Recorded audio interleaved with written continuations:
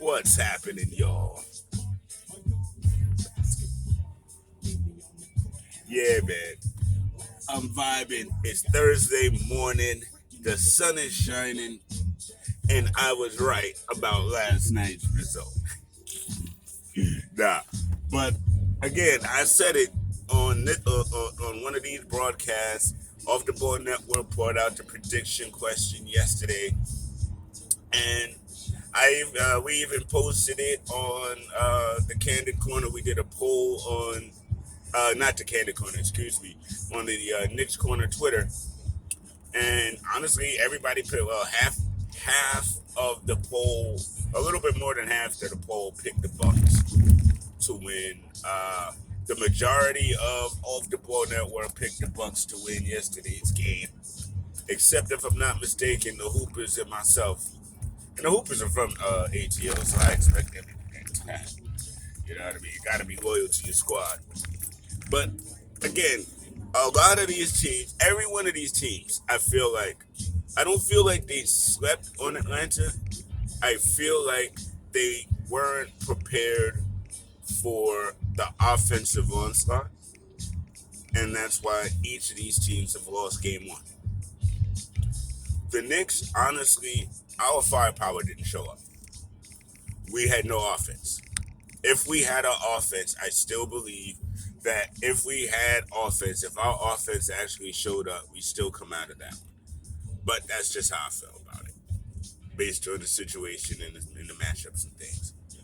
What I saw from Philly was they actually did have the firepower to keep up with Atlanta, but quiet is kept. And I don't know if it's just Doc Rivers' fault or what have you, but excuse me, Philly wasn't mentally tough enough. Philly didn't look at the situation and say, hey, this is ours. You guys are new to the party. You guys are good, but we just gonna have to hold you down real fast.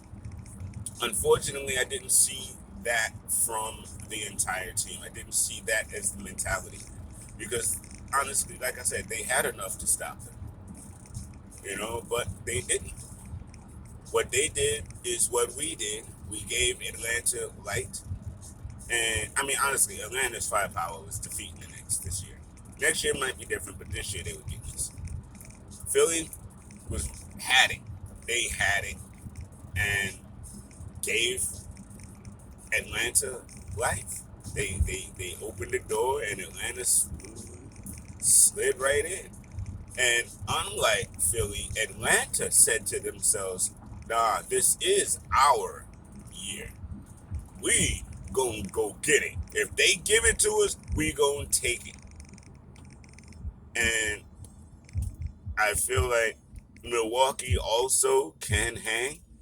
And Drew Holiday and them showed me yesterday, listen, their offense is there.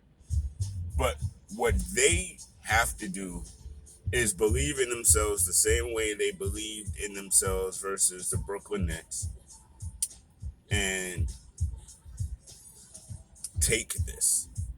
Atlanta's not going to give you the series at all. You have to take it. And if you don't, they will.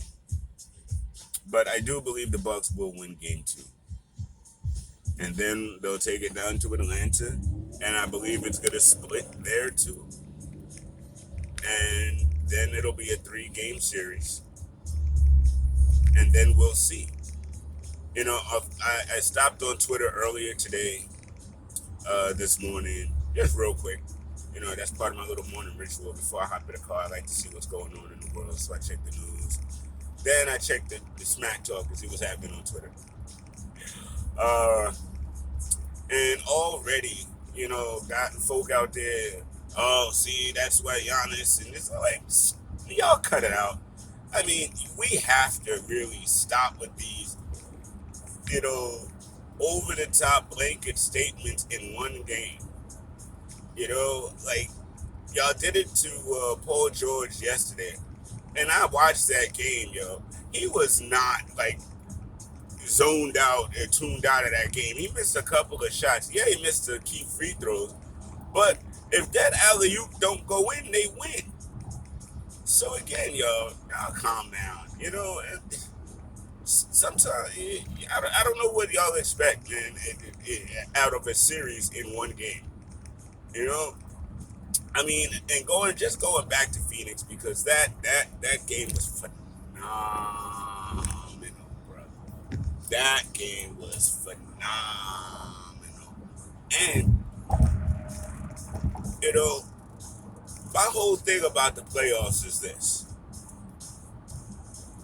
the home team's supposed to win the first two games. That's how I look at it. That's their job, to make this a 5-7 game series. You have to win your 2 games at home. Phoenix did that. Now it's up to the Clippers to retaliate and do the same. The Bucks already jacked themselves up by losing home court advantage. And the Knicks did it. Philly did it. I mean, again, when you lose home court advantage, it puts you in a very vicarious predicament. Not just in the number of games, but in the team mentality and their confidence level. You know what I mean? The confidence level of teams change if you don't win, at home, the games you're quote unquote supposed to win. That doubt and that worry creep in. And that could easily, and I feel like that's what happened to Philly. They started doubting themselves. They started doubting what they could do. And that doubt became real. And it ended up stifling them. To me, that's exactly what happened. So, Bucks, get your mind right. Oh, and side note, apparently Atlanta was sulking on the bench at one point during the game early in the second quarter. And again, Nate nipped that in the bud real fast. Was like, hey guys, that's not what we do here. And they messed around and won that game. I'm telling y'all, coaching, do not sleep on coaching. Coaching is wildly important in this league. It's not just, have great athletic players and they can pretty much just do it. Nah, bruh. Nah. This game requires coaching. It requires game planning. It requires, that high level of oversight and overview of the game. You know what I mean? And here's the thing. Mike Budenholzer, don't get yourself out-coached. Make sure you have your defensive setups and stuff squared away. Y'all have to make sure you do a much better job locking down. I mean, again, Drew Holiday, you are a great defender. But what in the world happened in the third quarter, man? You got cooked. And honestly, and then that one play where Trey is sitting there by his damn self. Trae Young, of all people, should never, ever, ever, ever, ever, ever be without a chaperone on the three-point line. He should always have accompaniment. Somebody should always be with him, attached to the hip. He stood there by himself, shrugged his shoulders, said, "Word? Y'all ain't gonna cover me?" I don't know where Drew went on that pick, but he went in the wrong direction. Trey came around and just sat there and just looked at the rim and looked at the people, looked at the referee, shrugged his shoulders and hit a three. At that moment, Mike Budenholzer, I would have called a timeout and threw my chair across the goddamn room. Everybody in the world would have known just how mad as hell I, as the coach, was at that play. And dude, I mean, at the end of the day, though, it still was like really one possession game. So it's not like the Bucks blew it. It's just the fact that they didn't close.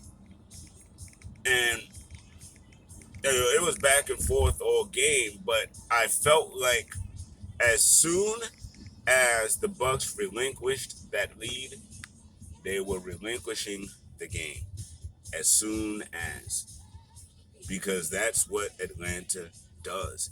They sit back and sit back and sit back, and they stay with you. They stay with you. It's like a boxing match. They stay with you. They stay with you the whole fight to the money rounds, and then all of a sudden you thinking you up on the cards and they hit you. Then the cards get even. Then they hit you again, and you go down to one knee. Now all of a sudden they're winning the fight. That's what happened last night. That's what happened against Philly.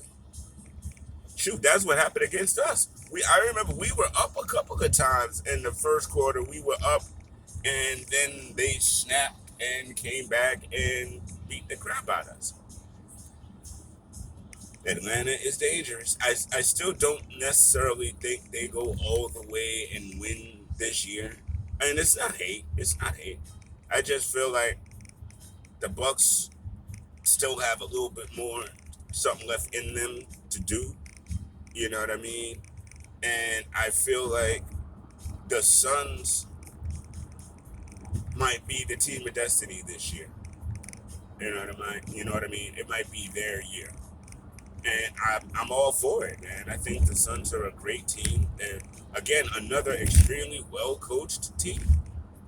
You know, so that's what I see. I know tomorrow will be the next. I believe it's tomorrow's the next game. Like I said, the Bucks gotta lock down on defense. They've shown that they have the offense that can hang with Atlanta. But the thing about the Bucks offense is it also goes quiet sometimes. And that they cannot afford against Atlanta. They cannot. And again, dude, I just gotta wonder. I gotta ask this question to people in the Bucks coaching staff, because I don't really understand it. You got all this footage on this kid. You got all this footage on this kid in the playoffs. Why did he score over 40 points last night? You know, I don't get that. If you know he can score and you know what he does, why in the world do you just let him do it? And yes, I know he's a phenomenal player, and there's some things you can and some things you can't stop. But you can stop that, because it puts more pressure on Bogdanovich and Herter to make their shots when he's off. It puts a lot more pressure on John Collins. And honestly, John Collins mentally, I don't think he's really good for the pressure side.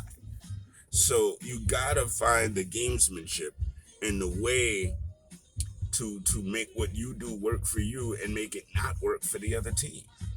You know, I mean, honestly, I do not understand why they don't double Trey like the entire game.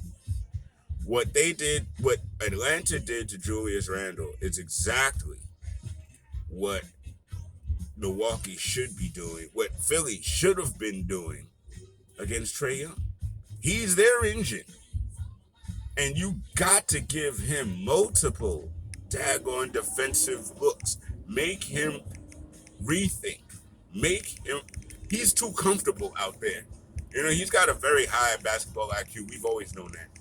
He's very comfortable out there. And he's been very comfortable all playoffs. Nobody is seen to make him uncomfortable. Somebody got to shake this up, you know. And if it's not until Monty Williams, then it's not until Monty Williams. But somebody gotta really start game planning for Trae Young. I really haven't seen that, which surprises the crap out of me. Because in the playoffs, you're supposed to take away what the other team does best. I'm seeing Atlanta do that to these teams. What I'm not seeing is these teams do that to Atlanta. And if that continues, then shoot, Atlanta's going to win the whole thing. Or at least get out of the Eastern Conference. You know what I mean? That's definitely going to happen if this keeps up. But man, it's fun to watch, isn't it? Playoff basketball. You know, organic playoff basketball. You just got to love it, man. All right, y'all. That was enough of me waxing poetic about that. One love. Saturday, get ready for the wonderful recorded show for the Knicks Corner.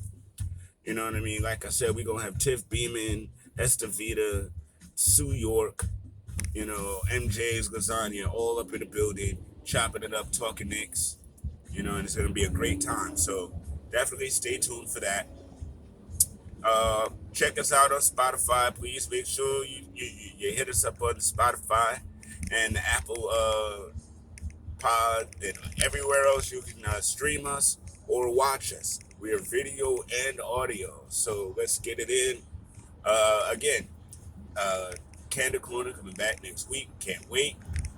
That's the flagship show with Mr. Lewis, and I can't wait to get back with my brother to see how everything has been, so far this summer, and go over what we're going over for the next season. Season 5, y'all. Big and tall. You know how we do. I'll talk to y'all later.